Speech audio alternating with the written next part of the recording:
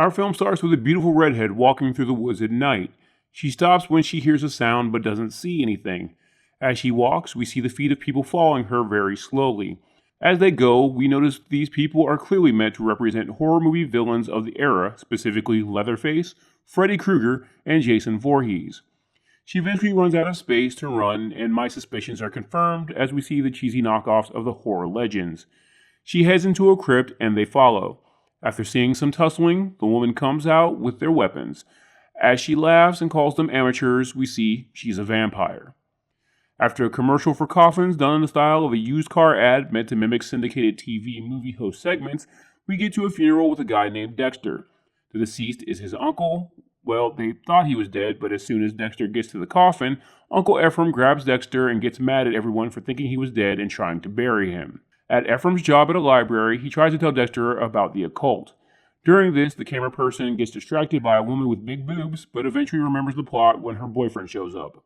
Anyway, Ephraim tells Dexter about some book that some woman currently has. Dexter tells him he'll find it. Next, we get a music video which pretty much parodies 80s action movies to the point it probably made Michael Bay the man he is, and we find out the woman is a singer named Melissa Orlock. Dexter approaches her to talk to her about the book, but she asks to go to another room to speak in private. The other room ends up being the set of The Honeymooners, so the world apparently was in black and white and not the camera, as they are now in black and white, and it's even mentioned that a laugh track laughs at anything while there.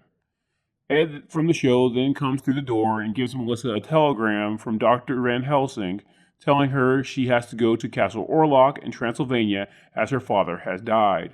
When they arrive, they find zombies everywhere, but luckily for them, a New York cab driver was ready to pick them up. Just a reminder, they're in Transylvania.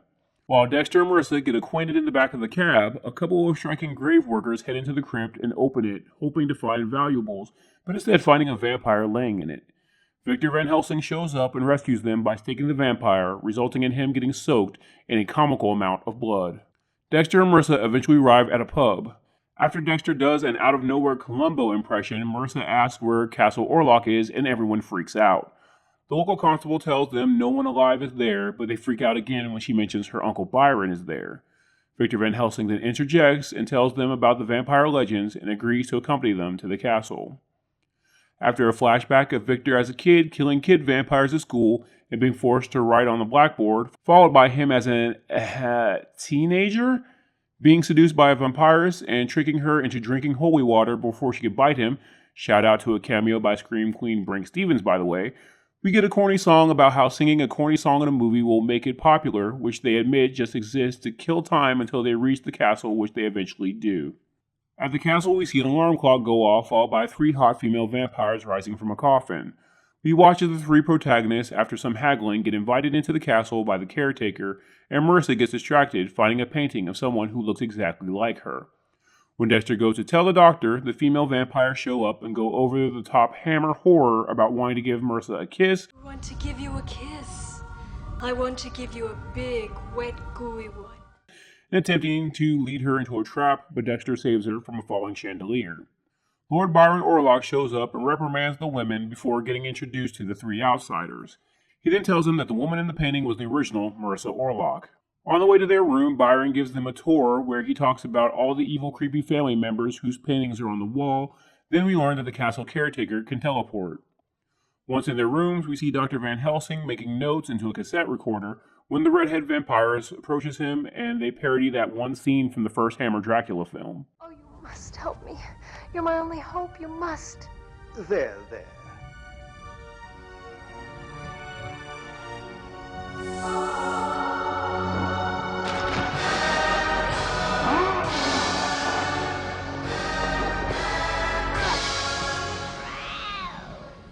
If I've told you once, I've told you 1,000 times. Dexter goes around opening doors looking for Marissa, but ends up having a conversation with Boris Karloff in a scene from The Terror, and Marissa just gets to be hot since that's pretty much her purpose. We do see the redhead vampiress in her closet, and one of many, the background music is actually being played in the room by someone jokes. At the funeral for Marissa's father, we finally get introduced to the female vampires formally as Patricia, Maxine, and Laverne. They all view the body, and Byron rushes the body to the crypt in the basement as the body of Marinus flips him off. As they're taking it down, they begin to hear a knocking inside the coffin, but Byron convinces them to ignore it. They then view Marina's last will, which is done in the style of a game show called the Newly Dead game, in which everything is left to Marissa, which upsets Byron, who destroys the television with a bazooka and storms off. The three protagonists realize that Byron was obsessed with the book, so Dr. Van Helsing decides to have a seance to communicate with Marinus to find out where the book is. During this, we get several impressions of dead celebrities taking over Dexter, such as Ed Sullivan and Elvis, before Marissa begins acting like Linda Blair from The Exorcist. Finally, the ghost of the original Marissa from the painting takes over Marissa's body and warns them about Byron. Meanwhile, the villagers back at the pub have a vote on whether they should murder everyone, kill just Byron Orlock, or burn down the castle. They're told to get their torches and pitchforks and head off.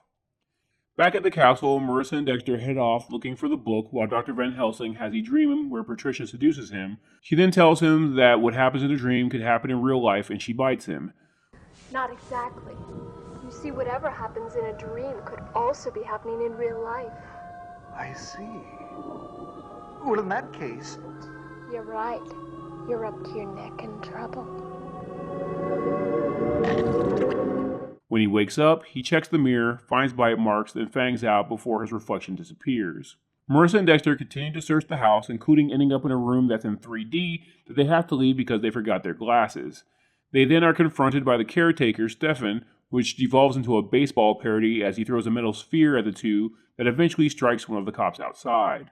Eventually, Dexter realizes that the book is probably down in the crypt, so he heads down there alone and finds it in Marinus Orloff's casket, which is now empty. Before he can grab it, he's hit over the head by Patricia. Dexter is then tied up by the girls, and we get our standard villain explains to the tied-up hero exactly what his plans are scene. In this case, resurrecting some type of evil monster.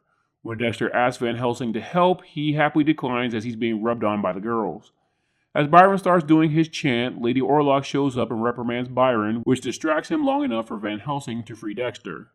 Dexter grabs a metal spear and throws it through Byron, impaling him, which does nothing.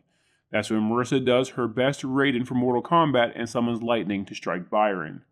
Before Byron dies, he claims he'll be back in part 2. Young Marissa comes back, and just before they can celebrate, some type of creature shows up. The ghost of Lady Orlock then tells them that they must destroy the book to destroy the creature, and if they don't, Dexter will never get any. Dexter runs through everyone and throws the book onto a fire, destroying it. Van Helsing sends them back to the castle while he takes care of everything there, and when they get to the castle, Stefan goes to attack them, but is then hit over the head by a very much alive Marinus Orloff, who explains that he just has a condition that makes him seem dead for a few days, but is really in a deep sleep. He then tells Marissa that as the oldest child, it is her job to stay and prevent the monsters from coming back. She tells him she has a career, and Dexter comes up with an idea where she does a show in the castle. The film ends with Marissa doing a music video in the castle, with the Brides and Van Helsing being her backup band, and Dexter being the director. Mid-credits, we see the villagers never made it to the castle because they got lost using the wrong map. Thanks for watching. If you like these recaps, please leave a like and subscribe, and hit the bell icon to know every time I update. There is now an option to be a channel member where you'll get access to exclusive recaps from late-night vampire catalogs like Showtime, Cinemax After Dark, USA Up All Night, and much more. If you want to help my channel grow, please check out my Patreon, where members can get exclusive content that can't be uploaded on YouTube, along with download options. Link is in the description.